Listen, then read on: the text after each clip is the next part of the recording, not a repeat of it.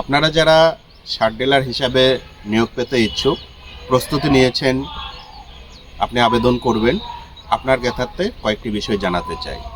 সেটা হচ্ছে যোগ্যতা হিসাবে প্রথমেই চিন্তা করতে হবে আপনি ওই এলাকার স্থায়ী কিনা। যে এলাকায় নিয়োগ পেতে চান আপনি, যে এলাকার জন্য, ওই এলাকার স্থায়ী বাসিন্দা হতে হবে।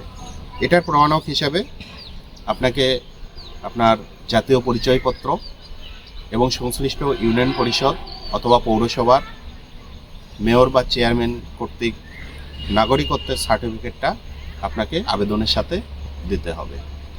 পরের যে বিষয়টা রয়েছে, যেই কৃষি ব্লকে আপনি সার ডিলার হিসাবে নিয়োগ পেতে চান, এই ব্লকের মধ্যে আপনার নিজস্ব মালিকানায় অথবা ভাড়ায় কমপক্ষে 50 মেট্রিক টন সার ধারণ ক্ষমতা সম্পন্ন একটি গোডাউন থাকতে হবে। এটা আপনার নিজস্ব মালিকানায় হতে পারে অথবা আপনি ভাড়ায় নিতে পারেন। যদি আপনি ভাড়ায় নেন তাহলে আপনাকে সুনির্দিষ্ট দাগ, খতিয়ান নাম্বার উল্লেখ সহ আপনাকে মালিকের সাথে চুক্তিবদ্ধ হতে হবে।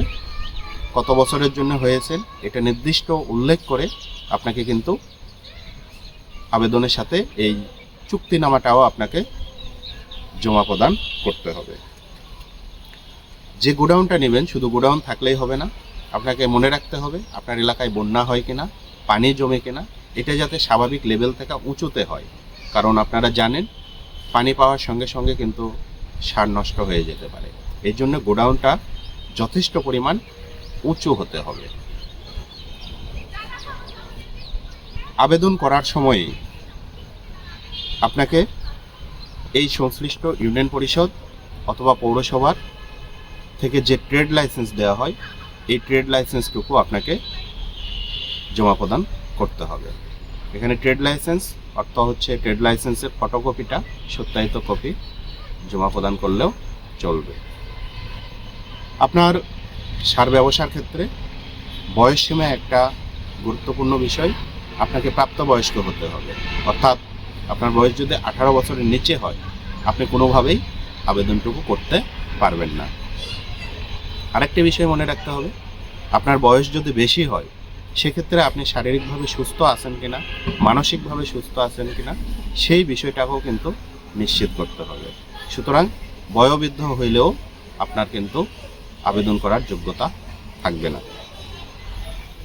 একটি গুরুত্বপূর্ণ বিষয় আপনাকে জানাতে চাই, আপনি যেহেতু ব্যবসা করবেন আপনার অবশ্যই একটি ট্যাক্স আইডেন্টিফিকেশান নাম্বার, সংক্ষেপে যেটাকে বলা হয় টিন নাম্বার, এই টিন নাম্বারটুকু থাকতে হবে। শুধু টিন নাম্বার থাকলে হবে না, আপনি নিয়মিত ট্যাক্স রিটার্ন দাখিল করেন কিনা তার প্রমাণও কিন্তু এটার সাথে সংযুক্ত করতে হবে। আমি যোগ্যতার জন্য কয়েকটি কাগজপত্রের কথা বললাম, এছাড়াও নীতিমালার আলোকে আমি সেটা বলতে চাই। আপনার সদ্য তোলা পাসপোর্ট সাইজের ছবি লাগবে। এরপর আপনার আর্থিক সচ্ছলতা আছে কিনা সেটা দেখার জন্য ব্যাংক প্রদত্ত আর্থিক সচ্ছলতার যে সনদপত্র সেটা লাগবে। এটা বলা হয়েছে 10 লক্ষ টাকার, কমপক্ষে 10 লক্ষ টাকার আর্থিক সচ্ছলতার সনদপত্র, এটা আপনাকে আবেদনপত্রের সাথে জমা দিতে হবে।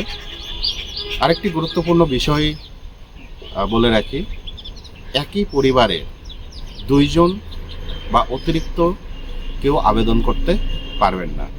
সেক্ষেত্রে আপনাকে যেটা করতে হবে, সংশ্লিষ্ট ইউনিয়ন পরিষদের বা পৌরসভার নির্বাচিত প্রতিনিধি অর্থাৎ ইউনিয়ন পরিষদের চেয়ারম্যান বা পৌরসভার মেয়র কর্তৃক আপনার পরিবারের সদস্য সংখ্যা, পরিবারের সদস্যদের বয়স, তাদের পেশা, তারা কতজন নির্ভরশীল, এই বিষয়ে একটা প্রত্যয়ন অবশ্যই আপনাকে আবেদনপত্রের সাথে সংযুক্ত করতে হবে।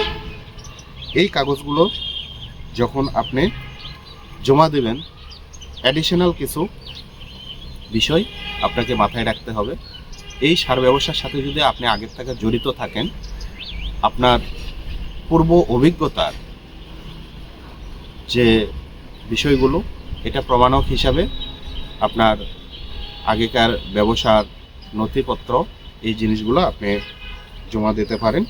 এর সাথে সাথে আপনাকে যেটা করতে হবে যে নির্দিষ্ট পরিমাণ একটা ব্যাংক ড্রাফট রয়েছে অথবা পোস্টাল পে অর্ডার করতে হবে।